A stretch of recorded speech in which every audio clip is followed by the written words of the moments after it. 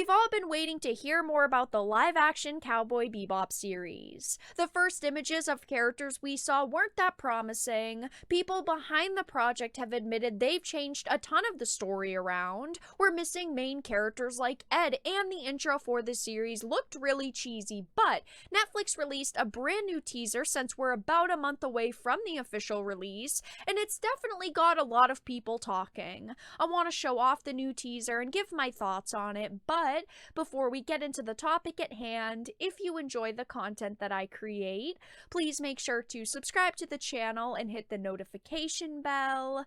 Follow me on social media like Twitter or mine so that you can see when my content is posted. And if you do really enjoy the videos and the live streams that I create, please consider becoming a Dark Titan via Patreon for just $1 a month or supporting via memberships. All of the links are in the description, and of course, I do really appreciate all of the support.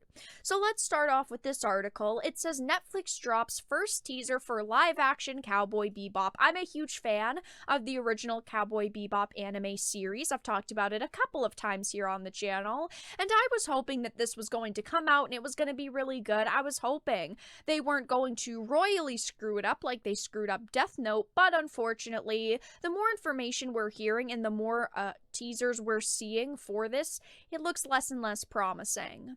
It says ahead of the series' first full trailer release, Netflix has released a special presentation starring the cast of the streaming giant's live-action adaptation, giving audiences their first glimpses of Spike, Jet, and Faye in motion. It says, unveiled by Netflix on October 19th, the Lost Session teaser shows the aforementioned crew of the Bebop in the midst of tracking down a bounty, only for them to eventually, in admittedly true Cowboy Bebop fashion, losing the target altogether. This isn't very surprising to hear about. They're constantly attempting to, catch their bounties and catch the bad guys, and then they end up losing the targets altogether.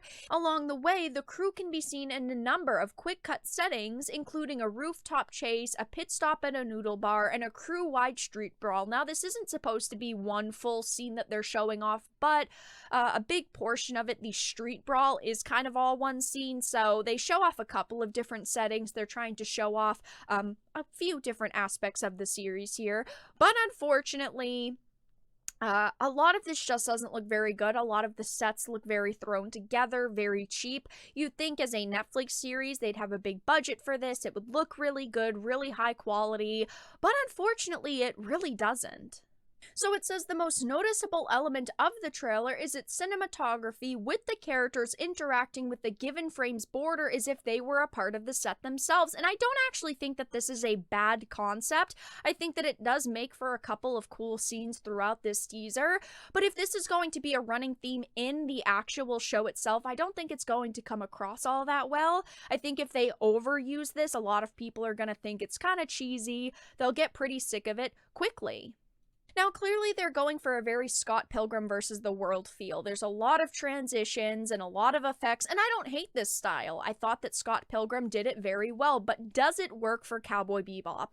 That's the big question here. I was expecting them to go in more of a Firefly direction with this show. Lots of epic and dramatic shots with, of course, a side of humor, but it seems like they went in a completely different direction, and instead of having that serious dramatic tone, they're focusing on overdoing the comedy and the special effects. The original Cowboy Bebop series had a lot of comedy and it definitely worked, but this is very different than that.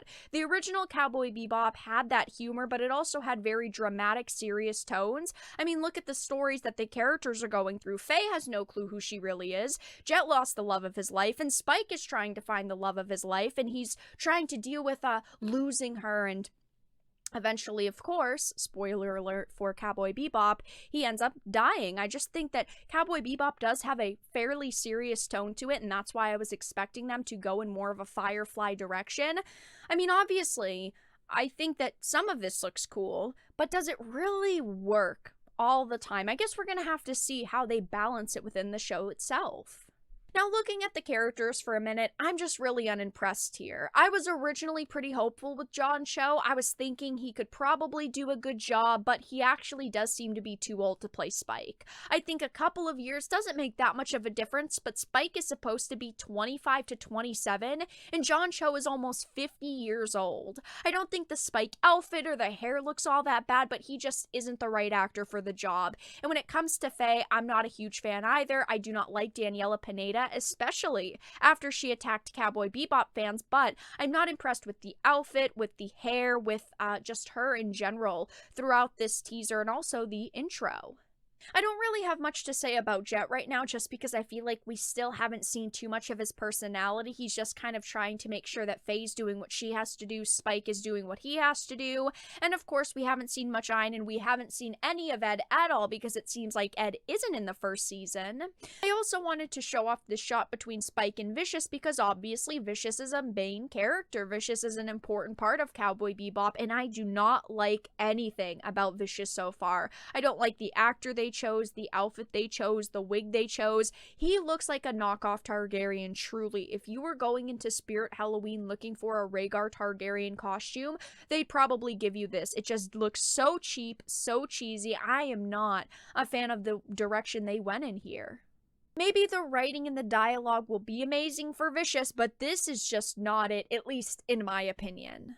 So as for the cast themselves, the teaser does little to inspire more confidence in Netflix's ability to properly handle this series' iconic characters. Aside from the fact that the crew continually quips about each other, at one point Daniela Pineda's Faye Valentine chastises her partners, "Hey nut buckets, there's no payout if you shoot him in the face," while moments later Spike stops for food mid-fight on the grounds or noodles first. Something about each member just seems off. But, going back to the trailer, I just feel like a lot of the sets look very low budget, which is a giant problem I have here. We're talking about Netflix. We expected this series to have a pretty big budget, but some of these sets just look really cheap, really bland, and not that impressive. As I'm watching this, I'm getting a very fan film vibe from it, and not in a positive way either. There are some fan films out there that are absolutely fantastic for franchises, but this just doesn't seem right. The sets look very cheap, the outfits don't look very accurate, and a lot of the shots that we see throughout this teaser aren't that impressive, like this shot right here. I do not like this. I feel like it's a very overused effect. It looks pretty boring, at least in my opinion, and some of this fighting does look okay, but overall, I'm just not very impressed by this teaser.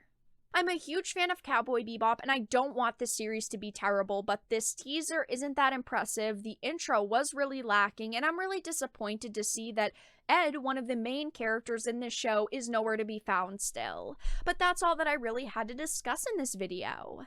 Let everyone know your thoughts in the comments section down below. If you enjoyed it, please make sure to give it a like, share it, and subscribe to the channel. And of course, if you didn't, make sure to give it a dislike. I appreciate your support either way, but I will talk to you all again in the next video really soon.